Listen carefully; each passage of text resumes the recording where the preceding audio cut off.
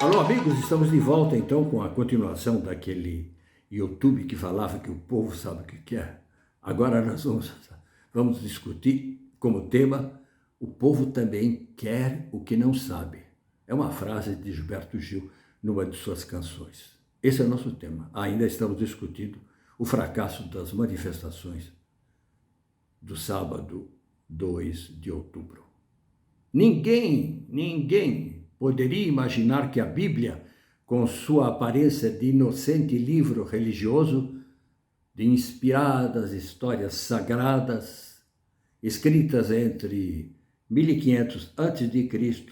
e 150 anos depois de Cristo, guardado um tanto secreto por seu clero durante o domínio da Igreja Católica, e durante os anos de colonização portuguesa e espanhola na América Latina, ninguém poderia imaginar que esse livro, praticamente inofensivo, se transformaria numa arma de subjugação, de controle e de domínio político dos países latino-americanos, principalmente no Brasil.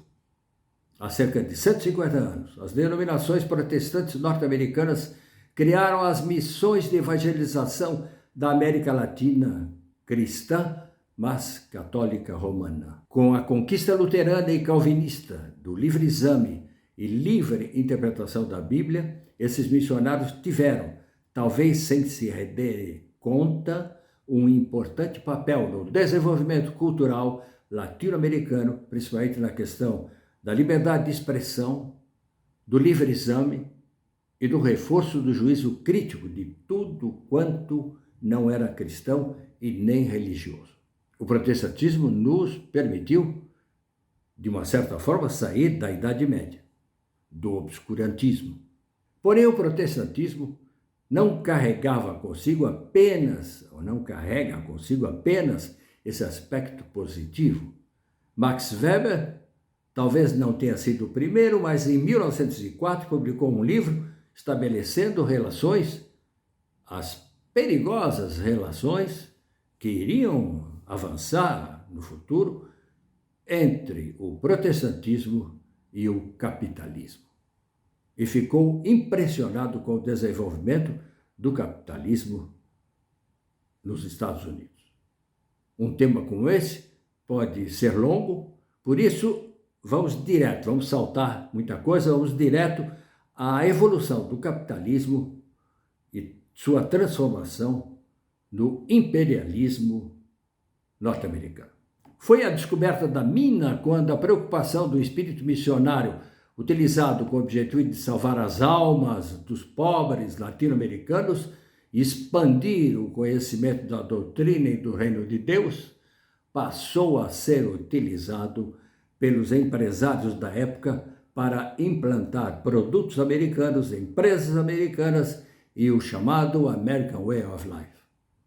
As crises internacionais e o surgimento do comunismo ateu vacinou as igrejas protestantes e os protestantes contra tudo quanto cheirasse doutrina social marxista, mesmo porque o cristão fiel, mesmo sendo pobre, não precisa se preocupar com problemas econômicos, pois vai ter uma vida plena e rica no paraíso celestial. Pelo menos é o que eles dizem, né?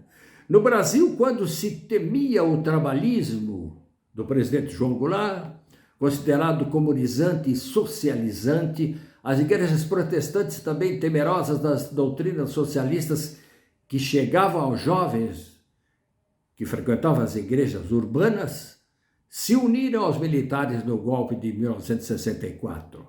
Papel de destaque teve a Igreja Presbiteriana, na qual se instalaram mesmo inquéritos policiais contra os membros e pastores considerados próximos do comunismo. Foram demitidos. Houve uma grande limpeza. A Igreja Presbiteriana do Brasil era dirigida nessa época por um pastor que vivera alguns anos nos Estados Unidos, Boanerges Ribeiro. Só depois do fim da ditadura militar, em 1985, começaram a ser criadas as comunidades evangélicas, a maioria dirigida por pastores leigos, entre aspas, sem formação teológica em seminários. Saber falar em público e ter lido um pouco o Novo Testamento eram condições necessárias para se pregar o reino de Deus. Criou-se assim uma espécie de evangelismo populista, as pregações bissemanais dependendo da formação básica do pastor leigo. Os fiéis pobres e sem cultura não eram exigentes, bastava-lhes a possibilidade de haver uma comunhão, estarem juntos com outros irmãos pobres. Há alguns anos, vamos deixar agora de lado descrições de seitas que prosperaram e se enriqueceram, os líderes evangélicos descobriram que poderiam ter poder político, unindo-se com os representantes do povo, negociando apoio em troca de cargos e postos de importância no governo. A vitória de Bolsonaro foi obtida nesse tipo de troca de favores. Num país de católicos, os evangélicos, muitos sem formação necessária, ganharam ministérios, secretarias e foram também eleitos deputados e senadores, aproveitando a onda em favor de Bolsonaro.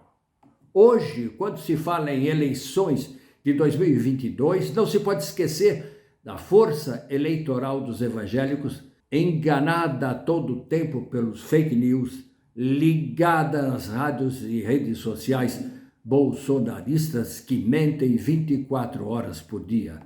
Uma polarização Lula-Bolsonaro provocará campanhas de medo nas áreas evangélicas. Será anunciado para os fiéis evangélicos a vinda do comunismo com o fechamento de igrejas. Alguns pastores, como Silas Malafaia, ótimos em comunicação oral, se encarregarão de aterrorizar os seguidores evangélicos contra o risco do petismo de volta. E, seja ou não reeleito Bolsonaro, algo já aconteceu. Acabou o Brasil da cultura profana, da música, do samba, do carnaval. Tudo virou pecado, tudo é pecado. E voltamos então ao título: o povo sabe o que quer, mas o povo também quer o que não sabe. E quando eles quiseram essa história de evangelismo, entraram numa fria que vai durar muito tempo. Os evangélicos vieram para ficar e o Brasil já está mudando. Como vamos sair disso? Não sei, não estarei mais aqui, mas eu imagino que nem em um século se poderá sair. Dureza, minha gente. Você concorda com isso? Se você gostou, clique aí, defenda-se e se inscreva. Se você se inscrever, eu volto. Tchau.